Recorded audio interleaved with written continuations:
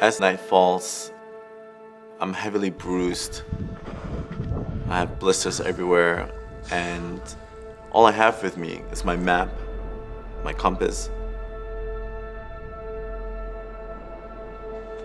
But what's really scary about walking at nighttime are the water crossings. We're talking rapid water flowing in a single direction, and all you see is just pitch black darkness. Being completely blind and jumping into the water, this is the exact definition of leap of faith.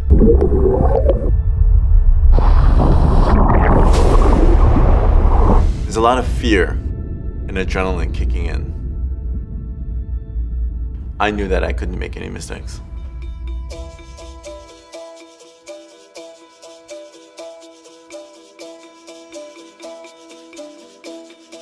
There are a number of reasons why I wanted to do the Turks and Caicos challenge, and I wanted to become the first person to record this.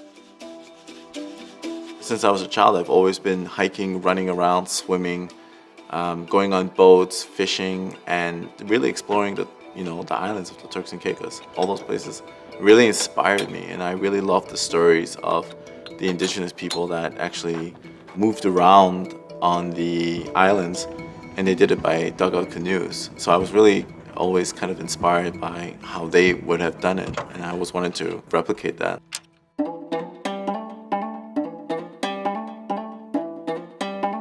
The Turks and Caicos challenge is moving across the islands with human power alone. So not wind assistant and not motor assistant, but human power, whether it's cycling or hiking, swimming, paddling. Mario intends to start on Salt Key and then from there head north to Grand Turk. And then one of the more formidable passages is kayaking from Grand Turk to the Caicos group. So it's a 25-mile crossing. The waters ranges from 6,000 to 8,000 feet deep. From there he hits the Caicos archipelago and he's crossing around almost sort of like a U-shaped around from South Caicos heading north to East Caicos, and then heading across Middle Caicos, North Caicos, Providenciales, and finally to West Caicos. So anyone thinks this is a nice walk in the park on a tropical vacation island, that's just poppycock. This is going to be hard work. He's basically doing triathlons every day, and then he's doing it day after day after day to get across the islands.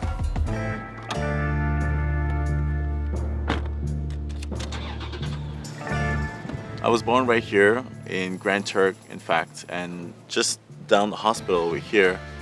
And as soon as I was 1 year old, I moved to Germany, where I lived in a small little village called Stuttgart.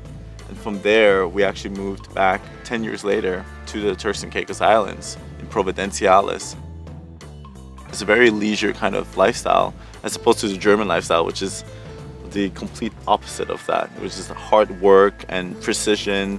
If you're a minute late, then you're not getting your job back. But here in the Turks and Caicos Islands, we kind of flow with more a natural vibe. We can get rolling before it gets too hot. Just do it. In my early life, I believed that I was going to compete in the Olympics. Every day, I would breathe, eat, sleep, track and field. I never saw myself doing anything else. I found out I couldn't go to the Olympics when the track and field team just didn't have the funding anymore. So I remember thinking to myself, what am I really doing with my life? I believe that I came to a crossroad where I didn't want to live a half-fulfilled life. I wanted to live fully. And that was the moment where I actually decided to walk the length of Africa.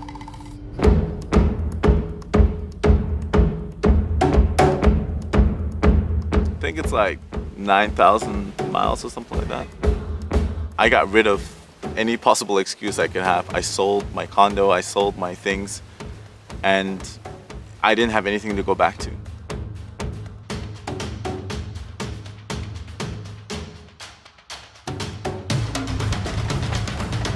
At the Salve border in Mozambique, I was caught in a guerrilla warfare between the military and the guerrilla soldiers. He called me one morning, it was a Sunday morning, there was shooting guns everywhere. And he's like, this is probably gonna be the last time you're ever gonna hear my voice, you know? And I replied to him, it's like, it was really loud. I said, it's really loud. And when it's no longer loud, then you can call me back. I'm not gonna be on the phone crying, oh Mario, I'm so sorry for you, you know, like, oh my God, you know. No, you decided to do this journey and you will continue, you will finish it.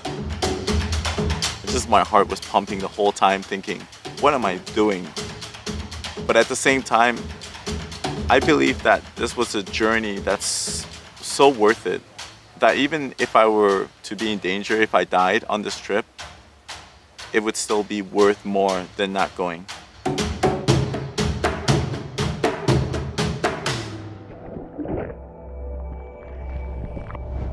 When I saw him go under, I was worried.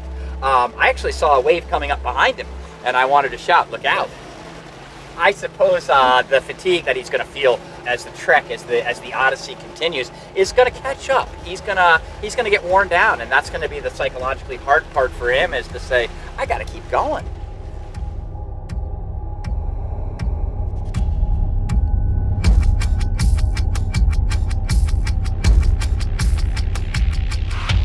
This is the first big hurdle of the expedition, so we'll see. Because I got the next day to hike and swim across East Caicos, which is no man's land. It's gonna be a hike. It is so hot in East Caicos. It's a desolate island. The only things that are on there are wild donkeys, insects, and dead plants. It's just inhospitable.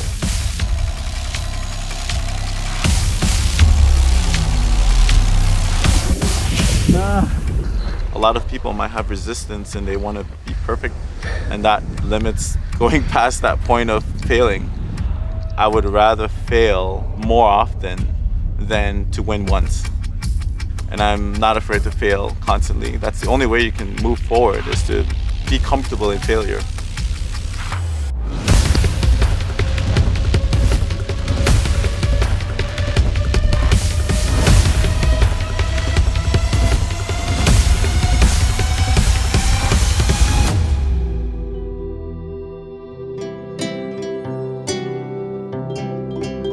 In this world right now, it's not many people can dedicate themselves to one specific thing. And it's not just about himself.